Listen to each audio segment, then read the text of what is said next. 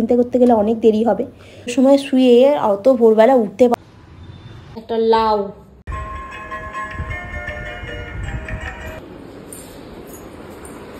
নেটটা চলছে না তো, নেটটা এরকম লাল লাল মতো হচ্ছে। তুই এক কাজ কর, এই ফোন করে দে, SMS করে দে হোয়াটসঅ্যাপে, বুঝতে পেরেছিস? ও দেখে নেবে। হোয়াটসঅ্যাপ করে বল যে ওয়াইফাইটা চলছে, ঘুরছে এরকম বল। গুড মর্নিং বন্ধুরা, কেমন আছো তোমরা সবাই? আশা করি তোমরা সকলেই খুব ভালো আছো, আমিও বেশ ভালো আছি।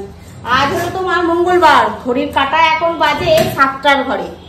আর ঘুম থেকে উঠেছি আমি তখন বাজে 6:30 বাজে নেই, তার আগে উঠে পড়েছি। আর তারপরে ঘুম থেকে উঠে তারপরে জামা কাপড় ছাড়লাম, গরম জল খেলাম, খেয়ে তারপর এখন এলাম রান্নাঘরে। আর আমাদের সকালবেলা উঠেই ওয়াইফাই চলছে না, ঘুরছে। এবার এত সকালবেলা বলে গেছে দাদারা যে যত রাত্রি হোক যত সকালই হোক ফোন করবে, কিন্তু এত সকালবেলা ফোন করতে নিজের বিবেকে বাজছে। মানুষ ঘুমুচ্ছে সারাদিন পরিশ্রম করার পর, হ্যাঁ এত সকালবেলা ফোন করবো, ওই জন্য করিনি, হোয়াটসঅ্যাপ করে দিয়েছি। আর একটু পরে গিয়ে ফোন করবো, 7:30টার সময় করে গিয়ে ফোন করবো। তো চলো, এখন ফ্রিজ থেকে পনিরটাকে বার করে নিয়েছি, আমার গরম জল খাওয়া হয়ে গেছে, তনুরও খাওয়া হয়ে গেছে। এবার পনিরটাকে বার করেছি, পনিরে না আছে কাজু, না আছে কিছু। কালকে রাত্রিবেলা তুমি 10টার সময় পড়ে এসেছো, সব দোকান বন্ধ হয়ে গেছে। আমি ভাবছি আমি কাজুটাকে পনিরটাকে কি দিয়ে করবো।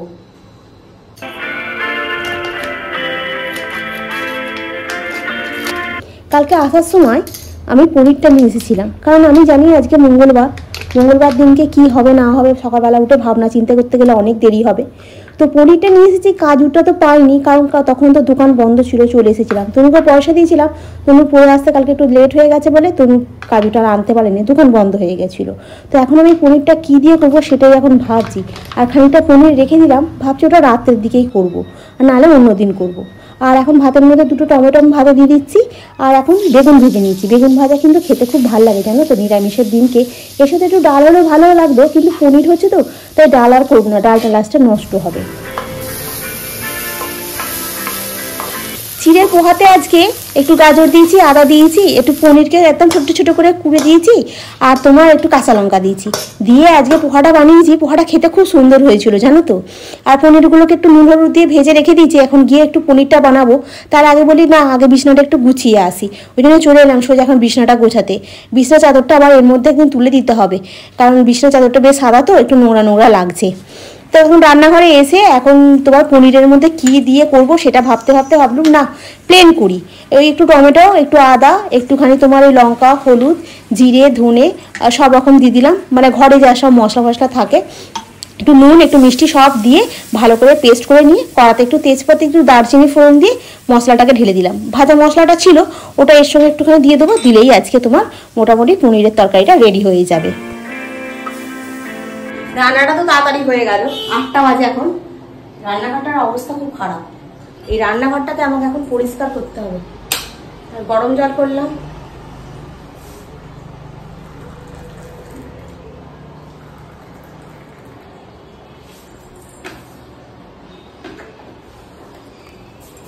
এই কেটলিটা আমার খুব সুবিধা হয়েছে।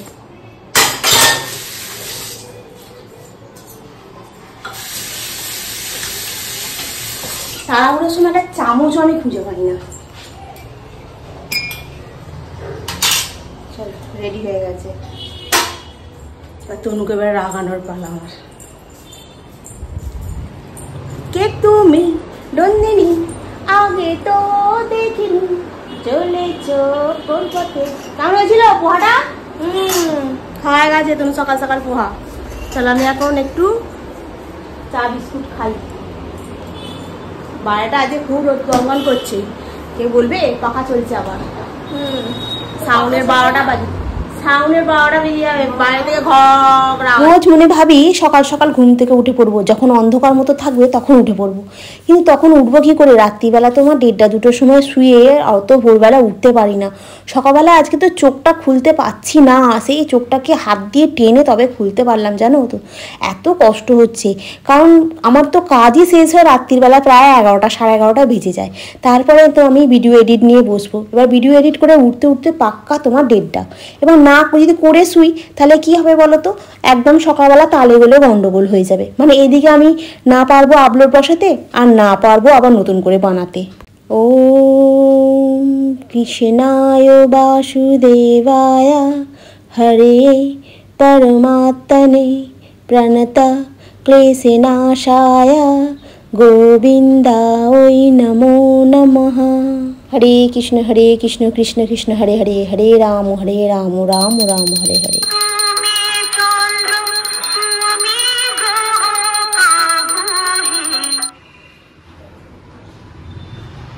ভুলে গেলে তো একটুখানি এরকম হয়। তুই সবসময় মুখ করিস। হ্যাঁ, তবে আমি সবসময় মুখ করি না।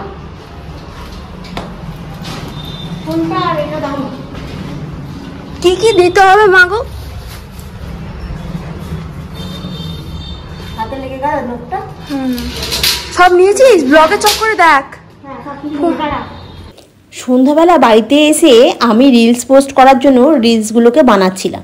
এবার রিলস বানাতে গেলে কি বলো তো, অনেকটা সময় লেগে যায় জানো তো। একবার তো তোমার শর্ট নিলে হয় না, 4 বার 5 বার 6 বার শর্ট নিতে নিতে তবে তোমার সঙ্গে ম্যাচ করে। তো তখন গিয়ে আমি পোস্ট করতে হয়, মানে বারবার দেখতে করতে সময় চলে যায়। আজকে অনেকটা লেট হয়ে গেছে, এবার তনু পড়ে চলে এসেছে, খিদে পেয়ে গেছে, কি করব বুঝতে পারছি না। তাহলে এগুলো সব গন্ডগোল। আর এখন বেগুন ভাজা রুটি হয়ে গেছে, আর সকালবেলা পনির ছিল, পনিরটাকে বার করে নিয়েছিলাম, ভেবেছিলাম অন্যদিন করবো না। আজকে কাজু নিয়ে এসেছি, একটু পোস্ত আর কাজুকে বেটে দিলাম, দিয়ে তোমার একটু গাজর আর একটুখানি কড়াই ছিল, মানে মটরশুঁটি ছিল, দিয়ে দিলাম, দিয়ে রেডি করে নিয়ে তনুকে আমি খাবারটা দিয়ে তারপরে আমি নিজে খেয়ে তারপরে বাকি কাজে হাত দেবো। একটা তার জ্বালিয়ে নিয়ে এসেছি বাসন মাজার জন্য। এই যে এটা হচ্ছে তোমার সমিতের শ্যাম্পুটা ফুরিয়ে গেছিলো, এই অনিয়ন শ্যাম্পুটা আমি নিয়ে এসে মাখি। ঠিক আছে, এই শ্যাম্পুটা খুব ভালো। আচ্ছা, একটা লাউ বড় মতো, আর এখানে আরও কিছু বাজার আছে, যেমন তোমার গাজর আছে, একটা বাঁধাকপি আছে, কাঁচা লঙ্কা আছে, আর একটা বেগুন আছে। ঠিক আছে, আর কিছু নেই। ও আদা আছে, আদা, এই যে আদা অনেক বড়, 200 গ্রাম আদা। ঠিক আছে, এটা এখন এখানে তুলে রাখি, এটাকে এখন এখানে তুলে রাখি। খাওয়া দাওয়াটা তো হয়ে গেল কমপ্লিট। এবারে রান্নাঘরের যে অবস্থা খারাপ হয়ে আছে সেটাকে তো গোছাতে হবে এখন, যখন আটার জায়গা থেকে আরম্ভ করে সব কিছু। তো চলো আমি এগুলো গোছাতে থাকি, তোমাদের সঙ্গে যে একটা জিনিস শেয়ার করি। আজকে যখন ট্রেনে করে যাব বলে গাড়ি থেকে বেরিয়ে গেলাম, আজকে তাড়াতাড়ি বেরিয়েছি, কিন্তু তাড়াতাড়ি বেরোলে কী হবে, আজকেও সেই ট্রেন লেট আসতে। এবার ট্রেন যখন লেট আসতে, মানুষ একটা ট্রেনের মধ্যেই সব লোক ওঠার চেষ্টা করছে। এবার উঠতে গিয়ে আজকে জানো তো প্রায় ধরো ওই 46-47 এরকম বয়স হবে ভদ্রমহিলা, সব লোক বারণ করছে উঠবেন না, তারপরে উনি উঠতে গেলেন। উঠতে গিয়ে আর একদম ঝুলেছিল, একদম আর একটু হলে ঢুকে যেত। এবার হই হই করে অনেক লোক পড়ে গেল। লোক পড়ে যাওয়ার পর কী হবে, ওনাকে বসানো হলো একটা জায়গায়, বসিয়ে তারপরে একটু মুখে জল ফল দেওয়া হলো। পরের ট্রেনটা এলো, তখন আবার ও গেল। যাই হোক, আমি ওই পরের ট্রেনটাতেই গেছি, ওই ট্রেনটাতে যাইনি। এখন রেগুলার এরকমই হচ্ছে। দুধটা একটু গরম করে নিলাম, দুধটা গরম করার আগে ওর মধ্যে একটু জল দিয়েছিলাম, কারণ নাহলে না এই মাদার ডেয়ারি দুধগুলো নিচে একটু ধরে যায়। আর দুধটা গরম করে রেখেছি দই পাতবো বলে। আর কালকে তোমার একটুখানি ইডলি বানাবো, ওই জন্য 1 কাপ তোমার চাল নিলাম, গোবিন্দভোগ চাল, আর 1 মুঠো আর 2-4টে তোমার বিউলির ডাল নিলাম। বিউলির ডাল বেশি লাগে না। আর তার সঙ্গে একটুখানি মেথি দিয়ে এটাকে ভিজিয়ে রেখে দেবো।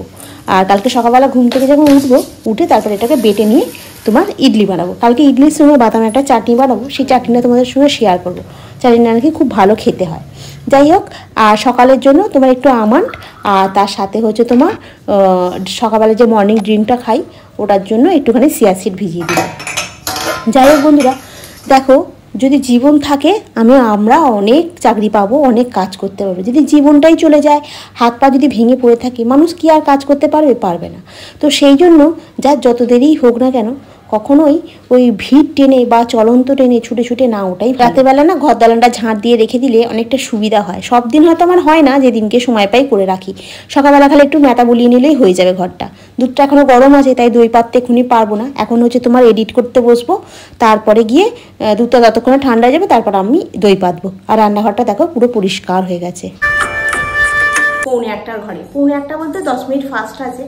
সেই জন্য আমি আবার এখন রান্নাঘরে আরেকবার এলাম, লাইটটা জ্বালালাম। দুধটা এতক্ষণে আমার ঠান্ডা হয়ে গেছে, আর দুধটা এখন ওই দইটার সঙ্গে মিশিয়ে দেবো, দিলেই চাপা দিয়ে রেখে দিয়ে গেলে কালকে সকালবেলা দই বসে যাবে।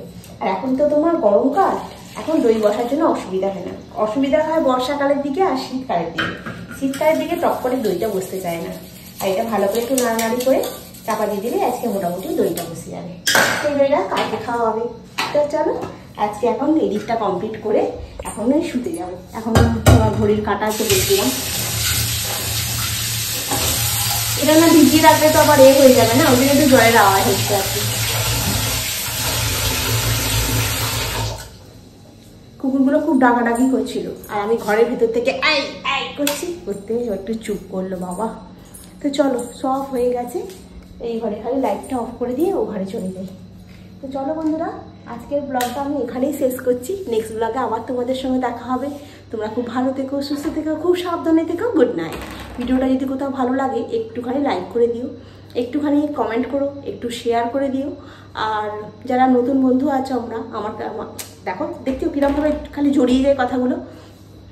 আমার যারা ধরো চ্যানেলে নতুন বন্ধুরা আসছো তাদেরকে আমার একটাই রিকোয়েস্ট, ভিডিওটা একটু সাবস্ক্রাইব করে দিও।